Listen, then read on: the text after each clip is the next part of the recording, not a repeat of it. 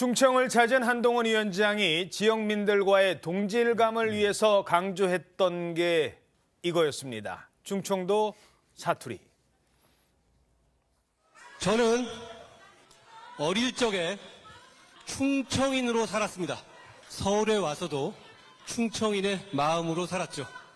제가 이렇게 말이 빨라진 것은 사실 원래 제가 충청도 사투리를 썼었는데 서울 와서 일부러 그걸 좀 서울말 따라 하다 보니까 말이 오히려 좀 더 빨라졌습니다. 제가 어렸을 때 제가 커가면서 제 인성이나 제 태도나 제 예의나 이런 부분들은 모두 충청인의 마음으로부터 배운 겁니다. 우리 당은 충남인들의 마음을 얻고 싶습니다. 저도 원래는 말이 느렸습니다. 서울 와서 서울말 따라 하려다가 말이 빨라진 겁니다. 어떻게 들으셨습니까? 그렇죠. 뭐 흔히 이제 충청도 사람들은 말이 느리다 이렇게 얘기를 하죠. 근데 이제 충청도 사람들 전체가 다 그런 건 아니고요. 예. 이제 한동훈 위원장의 경우에는 특별히 충청도 사람이라고 얘기하는 것보다 훨씬 어찌 보면 서울 사람들보다도 훨씬 더 말이 빠릅니다. 뭐 그게 어떤 습관에 비롯된 것인지는 잘 알 수가 없으나 지금 한동훈 위원장의 경우에는 그거를 이제 그 과거 본인이 충청도에서 초등학교를 다녔던 이런 부분과의 어떤 인과관계로 지금 설명을 하려고 하는 거죠. 예. 사실은 이제 총선을 앞두고 뭐 영남 호남이야 이제 패권 정당이라고 할 만한 정당들이 있습니다. 근데 충청도는 꼭 그렇지가 않거든요. 그래서 이제 그 스윙 보터 지역이다 이렇게 그 지금 얘기를 하고 있으니까 아마 충청도를 상대로 이제 한동훈 위원장은 한동훈 위원장대로 또 민주당은 민주당대로 상당히 공을 들일 가능성이 대단히 높다.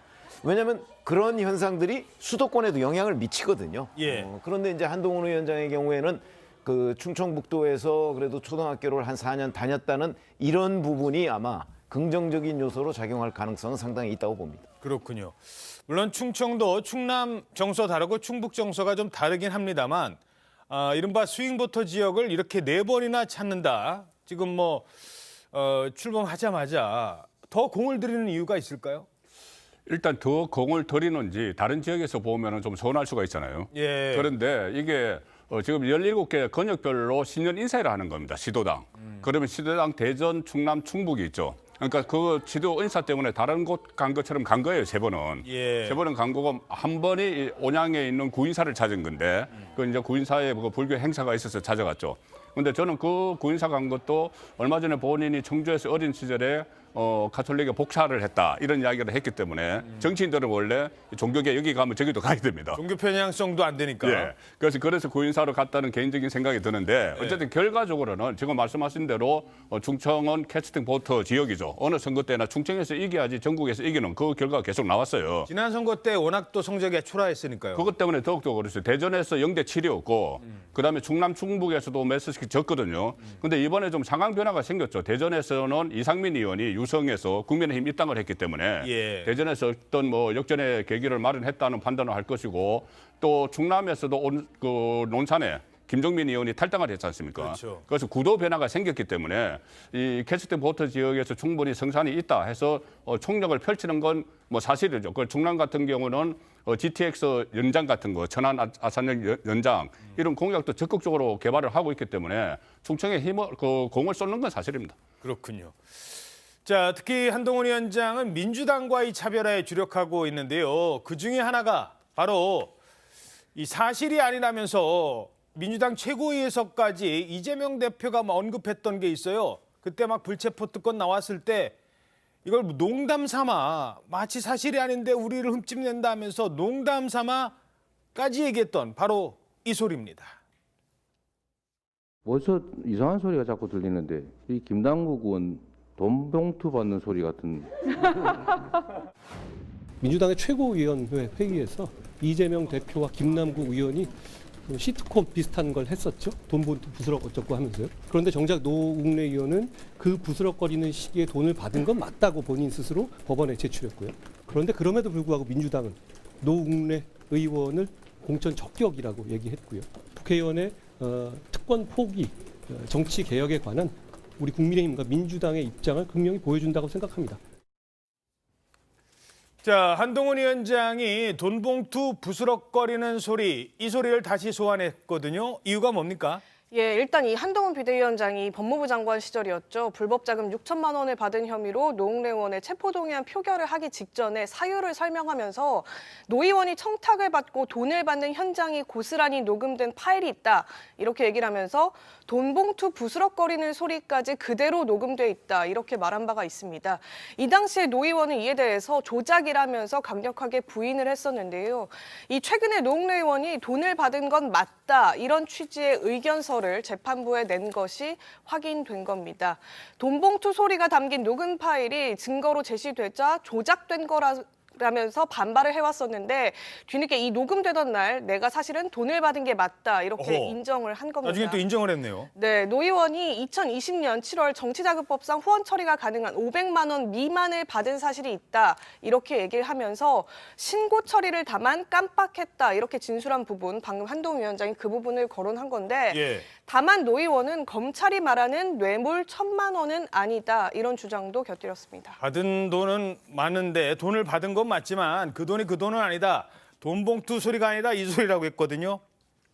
요즘 ASMR이라고 아십니까? 소리만 집중해서 잘 들어보시기 바랍니다. 다른 분들 조용히 해주시고 죄송합니다.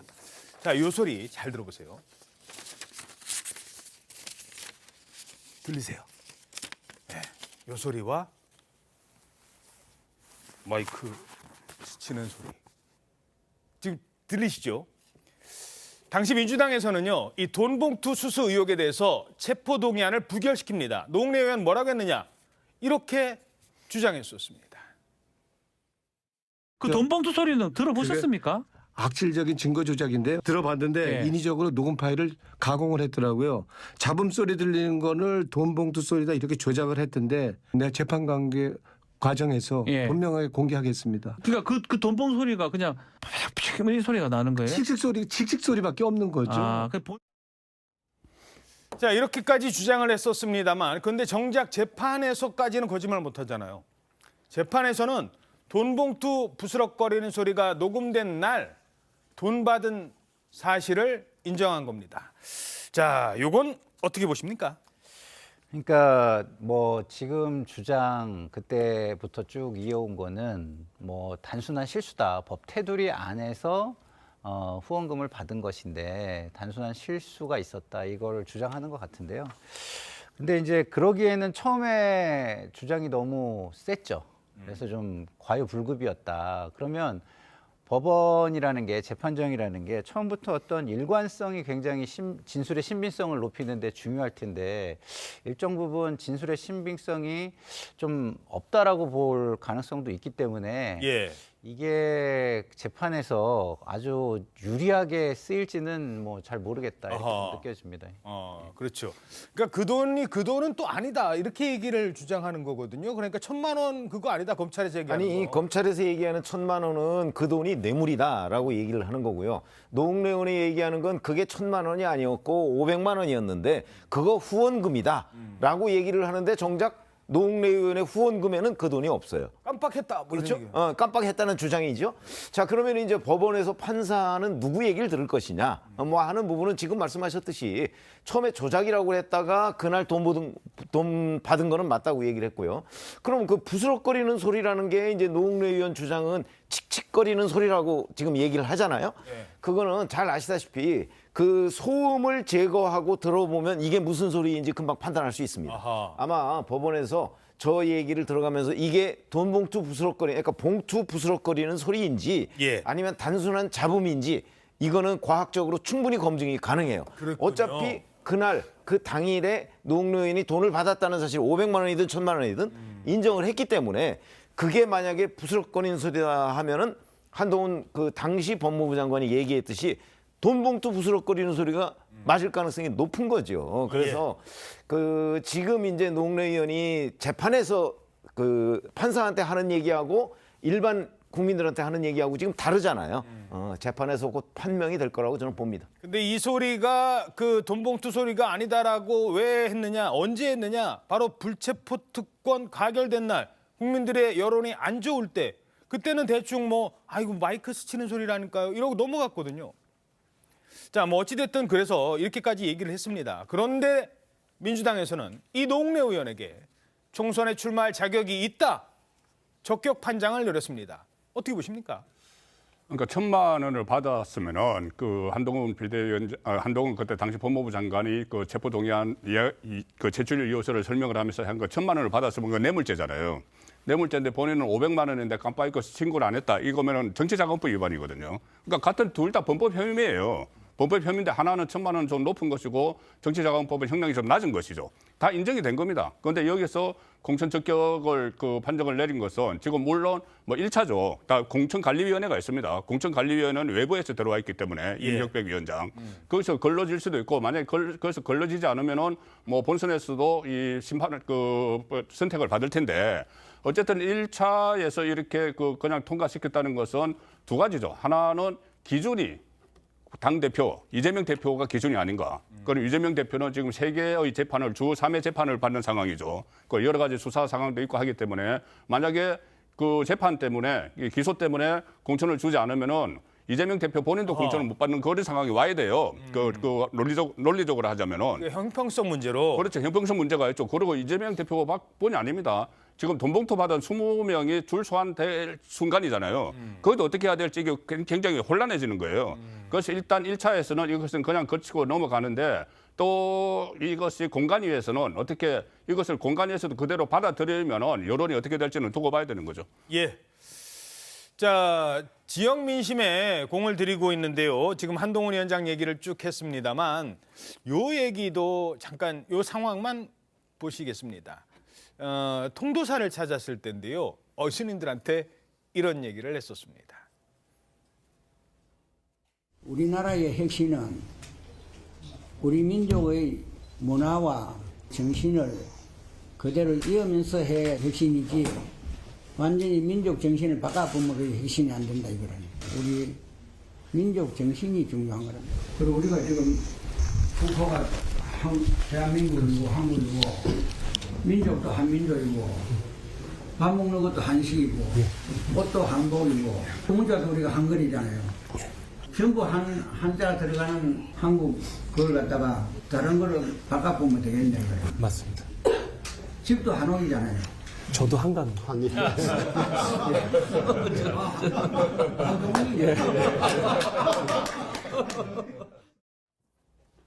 맞네. 한동훈이네. 자, 스님이 이렇게까지 얘기했다는 겁니다.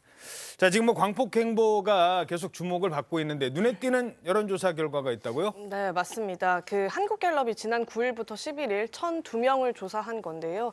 장래 정치 지도자, 즉 대통령감으로 과연 누가 좋다고 생각하느냐 이런 물음에 한동훈 위원장이 22% 지지를 얻었습니다. 지난 2022년 6월 첫 선호도 조사에서 4%를 기록하면서 한동훈 위원장이 이 여론조사 후보로 올라왔는데 점진적으로 그 수치가 상승하다가 이번에 사실상 최고점을 찍은 것 아니냐 이런 말들이 나오는데요. 예. 이재명 민주당 대표와는 1%포인트 차이가 나는 걸로 집계가 됐습니다. 자, 지금 거의 오차범위 안에서 초접전 양상을 보이는 데까지 따라왔다는 거예요. 그런데 문제는 한동훈 위원장 지지율은 저렇게 올라가는 추세인데 총선 정부 견제론 이걸 얘기하면 또 정부 견제론은 하락하지 않는 겁니다. 저기 보시면 현 정부 견제가 51%. 물론 이게 그 전반적인 총선 상황과 크게 다르진 않습니다만 이 51%나 된다. 정부 견제론이. 그런데 한동훈 지지율은 오른다. 이 현상은 왜 이러는 걸까요? 한동훈 국민의힘 비대위원장에 대한 저 질문은요. 장래 정치 지도자입니다. 아하. 그렇죠? 장래 한동훈 위원장을 지지할 것이냐에 대해서 유권자들이 저렇게 응답을 한 것이고 지금 총선과 관련한 또는 정부 견제로는 당장 한 80 며칠 뒤에 86일일 겁니다. 오늘이. 자, 86일 뒤에 어떻게 볼 것이냐 이 부분이거든요. 예. 그러니까 장래와 86일간의 그 격차가 굉장히 큰 거고 그다음에 총선 그러면은 많은 다수의 유권자들은 윤석열 정부에 대한 중간 평가다 이렇게 생각할 거예요. 이제 국민의힘 지지자든 민주당 지지자든 그럴 경우에는 한동훈이라는 이름보다는 윤석열이라는 이름을 먼저 생각할 가능성이 있기 때문에 그러면 이제 결국은 총선과 한동훈 위원장 간의 이 일체화 현상이 벌어지지 않는 겁니다. 그러니까 총선과 한동훈 위원장 간의 관계가 뭐 그다지 크지 않다고 생각하는 유권자들이 꽤 많은 거죠. 이래서 저는 이런 현상이 벌어진다고 보고 이렇게 되면 이제 결국은 그 국민의힘에 대한 적극적인 지지자들이 한동훈 위원장의 장래 정치 지도자 이 지지로 올라갔는데 중도 확장이 지금 좀 부족한 것 아니냐 예. 이런 지적을 받을 수밖에 없다고 봅니다. 그러니까 한동훈에 대한 질문은 이 미래 권력, 미래에 대한 어떤 것들이 포함이 돼 있다면 총선에 대한 거는 지난 윤석열 정부에 대한 과거에 대한 평가 이렇게 생각하는 분들이 많다는 분석인데요. 자, 이러자 한동훈 위원장도 고민이 많은 것 같습니다. 지지율과 관련해서 이런 반응을 보였습니다. 제 개인 지지라는 것은 사실 뭐 국민들께서 잘 봐주시는 것이고요. 그게 뭐 저는 대단한 것이라고 생각하지는 않습니다. 그렇지만 우리 국민의힘이 정말 열심히 하려고 노력하고 있습니다. 저도 그렇고요. 그걸 국민들께서 서서히 알아봐 주실 거라고 생각합니다. 거기에 걸맞는 실천과 행동을 열심히 할 겁니다. 자, 그러니까 한동훈 지지율은 이렇게 퍽퍽 올라가는데 왜 정당 지지율은 그냥 거의 정체 상태일까? 어떻게 해야 될까요? 그러니까 이게 그 한동훈 장관이 그 정당의 정체성 내지는 지금 집권 세력의 정체성을 넘어서지는 못하는 겁니다. 그러니까 개인으로 볼 때는 굉장히 괜찮은 정치인이네. 그러고 하는 게 그동안 괜찮네. 이렇게 생각을 하는데 그렇다고 해가지고 한동훈 때문에 이 국정 세력이 바뀔 것이다. 여건이 바뀔 것이다. 이렇게는 생각을 안 하는 거죠. 아하. 그러려면 한동훈 장관이 모든 것을 바꿀 수 있다라는 걸 보여줘야 돼요. 한동훈 장관이 이렇게 끌고 가면 대통령도 바뀌고 여당도 바뀌고 저희 국정 운영도 바뀌고 우리의 삶도 바뀔 것이다. 이렇게 생각을 해야 되는 거 아닙니까? 예. 근데 특히나 중도층은 이런 이념이나 정치에는 크게 관심이 없죠. 자신의 지금 삶이 어떤지를 보는 겁니다. 예. 근데 지금 자신의 삶에 가장 영향을 주는 거는 야당이 아니잖아요. 행정입니다. 행정부 권력이 제일 중요하고 가장 영향을 미치는 거잖아요. 그럼 그거에 대한 평가가 우선일 수밖에 없습니다. 그러면 중도층 민심을 잡으려면 딱 하나뿐이 없죠. 윤석열 대통령을 견인할 수 있다라는 거를 보여줘야 되는 겁니다. 그리고 이 국정 운영의 방향을 틀을 수 있을 정도의 영향이 있다. 영향력을 확보했다. 이걸 보여주지 않는 한 결국은 개인적인 기대 그리고 차기에 가서 한동훈의 시대에 한동훈을 좀 밀어줄 수 있겠다. 이 정도로 끝날 수밖에 없다는 것이죠. 조금 더 들어가서 그럼 구체적으로 어떤 사안일까요? 한동훈과 윤석열은 다르다라는 거 보여줄 수 있는 사안. 그러니까 그 윤석열 대통령께서 굉장히 강조를 하는 이념에 대한 부분을 좀 이렇게 차별화된 이야기를 해줘가지고 국민의 마음을 풀어준다든가 아니면 지금 국민들이 되게 마음 아파하는 이태원 참사라든가 아니면은 이 정부에 대해서 비난 내지는 한이 쌓여 있는 부분에 대해서 한을 어루만져주고 정부의 방향을 틀어준다든가 그리고 김건희 여사에 대한 국민 의혹이 굉장히 드높은 상황에서 이 부분에 대한 적절한 해법을 낸다든가 이런 것을 보여주지 않으면 안 된다 이렇게 말씀을 드릴 수 있겠습니다. 불체포 특권 포기하겠다 이 정도 갖고는 안 된다? 그런 거는요 기본적으로는 정치인들의 그냥 약속일 뿐이에요. 제도는 어차피 바뀌지 않습니다. 그래서 그런 부분은 잘한다. 한동훈이 뭐 잘하네. 이 정도는 되지만 그런다고 해서 이게 전체적으로 우리 나라가 바뀔까? 내 미래가 바뀔까? 이거에 대해서는 확신할 수 없는 것이죠. 예. 자, 그 중에 하나가 아마 내년 올 총선 이제 얼마 남지 않은 올해 총선에 누가 공천이 되느냐. 야, 이 공천 봤더니 진짜 국내임 많이 달라졌네. 이 정도 나올까? 이런 얘기 나오고 있거든요. 그런데 요즘 보면 그 지역에 이제 아마 인사하러 다니시는 분들 많을 겁니다. 그 중에 내가 이번에 대통령실에서 저를 밀어주기로 했다니까요. 이런 얘기하고 다니는 사람이 있나 봐요. 상당히 한동훈 위원장 여기에 대해서는 단호한 태도를 보이고 있습니다.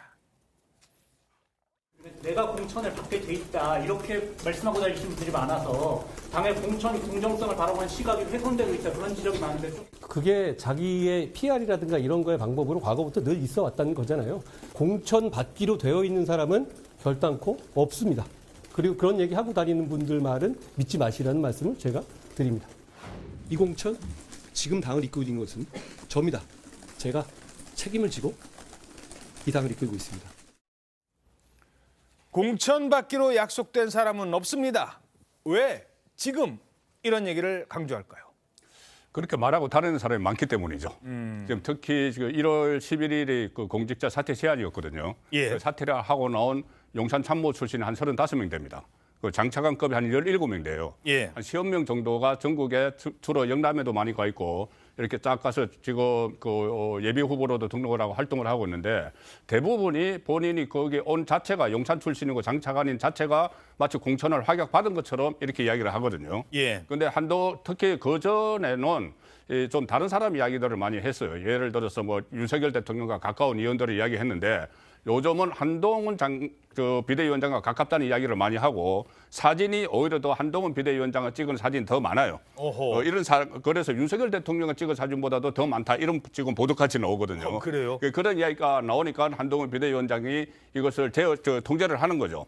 지금까지 확정된 사람 하나도 없다. 그리고 특히 본인이 취임한 지 얼마 되지 않았기 때문에 제로 베이스에서 시작한다는 걸 강조를 하는 겁니다. 그런데 조금 전에 그 말씀 제가 꼭 드리고 싶은데 왜 그러면 정부 견제론은 이렇게 높을까? 한동훈이 높은데 정부 견제론이 높을까? 예. 저는 이렇게 생각해요. 정부 견제론이라는 거는 정권 심판론이거든요. 항상 그 임기 중반에 정권 심판론이 선거의 그 하도예요. 하도인데 지금은 그 하도가 좀 바뀌고 있습니다. 정권 심판론이 뭐냐면은 한동훈 체제가 들어서고 나서 정권 심판론보다는 이 세대 교체론 그리고 또 한동훈 그리고 그런 이야기 많이 하지 않습니까? 법무부 장관 출신 또 피고인 그 이재명 대표 이렇게 하니까는 세대 교체론과 야당 심판론 이렇게 예. 좀 그 아젠다가 좀 바뀌고 있는 상황이에요. 조금 전에 정권 견제론에 대한 그 높은 비율도 상당히 뭐 의미가 있지만 지금은 이 아젠다가 좀 바뀌고 있기 때문에 세대 교체론이나 아니면은 야당 심판론도 실제 총선에서 많은 부분을 차지할 거다 그런 생각은 듭니다. 예. 지금 말씀하신 거는 객관적인 어떤 근거를 좀 말씀해 주시는 게 좋을 것 같은데요. 뭐 어떤 여론조사라든가 이제 이런 걸로 봤을 때 그런 게 나온다는 개인적인 생각이. 그러니까 한동훈 그 비대위원장 체제가 들어서고 나서 아무래도 세대 교체론이 좀 하도가 되고 있죠. 예. 하도가 되고 있고 언론에서 보도를 할 때 그 법무부 장관이고 검사 출신인 이 그 한동훈 그리고 이 피고인 피의자인 이재명 이것은 뭐 언론도 보도를 하지만 여당에서 그런 프레임을 설치를 하고 있다는 이야기입니다. 자, 공천과 관련해서 이 얘기는 좀 짚고 넘어가야 될 것 같습니다. 잡음이 없는 공천을 해야 됐는데 과연 그게 가능할까? 공천 뭐 이번에 새로 정치에 뛰어드는 사람들 기존의 민주당 지역구에 가서 이재명 후보 지역구에 가서 뛰겠습니다. 뭐 이런 사람들도 초기에는 보였는데 정작 공천 받을 때 은근슬쩍 명단 낸 거 봤더니 아니 여기서 이기는 건 우리한테 도움이 되나? 라는 것들도 많다는 겁니다. 국민일보 오면입니다. 여권의 텃밭이라는 표현이 좀 좋지는 않습니다만 어찌됐든 언론에서 그렇게 부르니까 영남은 지금 내전 중이래요. 영남에서 내전 중이랍니다. 영남에서 싸우고 있대요. 물론 지금 공천 기간이니까 일단 예선전 기간입니다만 내역을 봤더니 현역이 있는 곳, 그러니까 국민의힘 현역 의원이 있는데 여기에 용산 출신이 가고 여기에 정부의 장차관 출신들, 고위직 출신들이 간다는 거예요. 그러면 뭐 이기나 마나 국민의힘 입장에서는 다 그 나물이고 그 밥이 그 밥 아니냐? 이게 무슨 변혁이냐? 이런 데가 꽤 많다고요? 예, 맞습니다. 지금 보신 것처럼 국민일보가 추려봤는데요. 국민의힘이 현역인 영남 58개 지역구 가운데 최소 20개가량의 지역구에서 대통령실과 정부 출신 인사들이 예비후보 등록을 마쳤다. 이렇게 조사가 됐습니다. 아직 예비후보 등록 전이지만 여권 인사가 출마가 유력한 지역까지 합치게 된다면 최소 23개에 달한다. 이런 조사 결과가 나왔다는데요. 경쟁이 가장 치열한 곳은 경북으로 13개 지역구 모두 국민의힘 의원이 현역으로 있고요. 그 가운데 9개 지역구에서 대통령실이나 내각 출신, 또 같은 지역구 전직 의원 등의 경합이 예상되는 상황입니다. 지금 국민의힘은 수도권이에요. 수도권을 못 이기면은 지난 총선과 결과가 달라질 수가 없어요. 근데 다 영남으로 가겠다. 어떻게 보세요, 이건? 아니 저분들이 사실은 영남 출신들이 그잖아요, 전부 다. 예. 그러니까 이제 본인들이 금배지를 달기 위해서는 그 뭐 공천하면 곧 당선되는 그런 영남 지역에 이제 출마를 하겠다 이렇게 얘기하는 저는 뭐 자연스러운 현상이라고 봅니다. 왜냐하면 저분들이 수도권에 그 공천을 받을 경우에 경쟁력이 별로 없죠. 지금 뭐 예를 들어서 용산 대통령실에서 뭐 비서관으로 근무했습니다 정도 가지고서 수도권에서 당선을 보장할 수 있는 곳이 저는 뭐 거의 없다고 봅니다. 그렇기 때문에 저런 현상은 뭐 꼭 이번에만 있었던 것이 아니고 지난번에 문재인 청와대 때도 마찬가지고요. 저걸 뒤집어 놓고 보면 그러면 민주당은 그런 경우가 없냐? 저기에 보면 뭐 여권 텃밭인 뭐 영남 이렇게 돼 있죠. 그럼 야권 텃밭인 호남 내전 중 똑같은 얘기가 됩니다. 그렇기 때문에 저기에서 이제 저거 여권을 야권으로, 영남을 호남으로. 그러면 뭐 아마 호남에서 20곳 이상이 현역과 이재명 대표 특보 또는 이재명 대표 측근들 간의 경합, 뭐 이거 똑같은 얘기가 될 겁니다. 그렇기 때문에 자연스러운 현상이다 이렇게 봅니다.